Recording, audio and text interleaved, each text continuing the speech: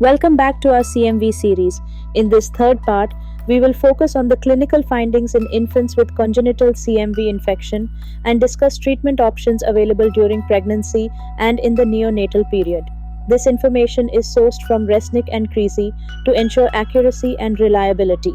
Congenital CMV is the most common congenital viral infection in the United States, affecting between 0.5% and 1% of all live-born infants. Despite its high prevalence, most infected infants are asymptomatic at birth.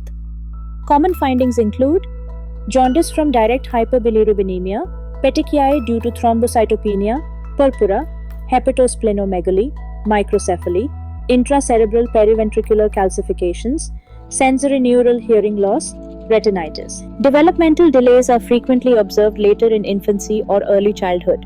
Congenital CMV is the most common non-genetic cause of sensorineural hearing loss in children. 50% of children with symptomatic congenital CMV at birth develop hearing loss over time, and 15% of asymptomatic infants also develop hearing loss.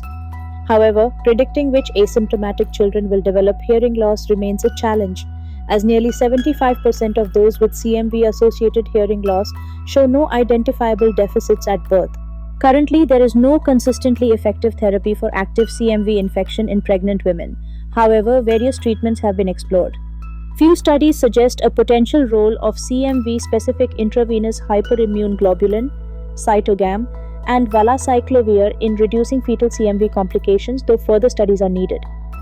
Treatment is recommended for neonates with symptomatic CMV disease at birth, as studies have shown improved audiologic and neurodevelopmental outcomes at 2 years of age. Therapy should begin within the first month of life for maximum efficacy.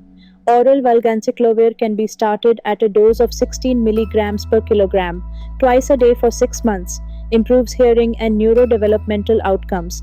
IV ganciclovir can be used initially if necessary. Regular monitoring for neutropenia is required. Prevention remains the best strategy to reduce the impact of congenital CMV. Preventive measures include use of CMV-negative blood products for transfusions in pregnant women and fetuses. Hand hygiene. Wash hands thoroughly after handling infant diapers and children's toys. Safe sexual practices for CMV seronegative women during pregnancy. Candidate CMV vaccines, live attenuated and subunit vaccines, are under clinical investigation. To summarize, congenital CMV is a major cause of neonatal morbidity, particularly affecting the central nervous and auditory systems. While hyperimmune globulin has shown mixed results, valacyclovir therapy in pregnancy offers promise. Neonatal treatment with valganciclovir is recommended for symptomatic infants, with monitoring for neutropenia.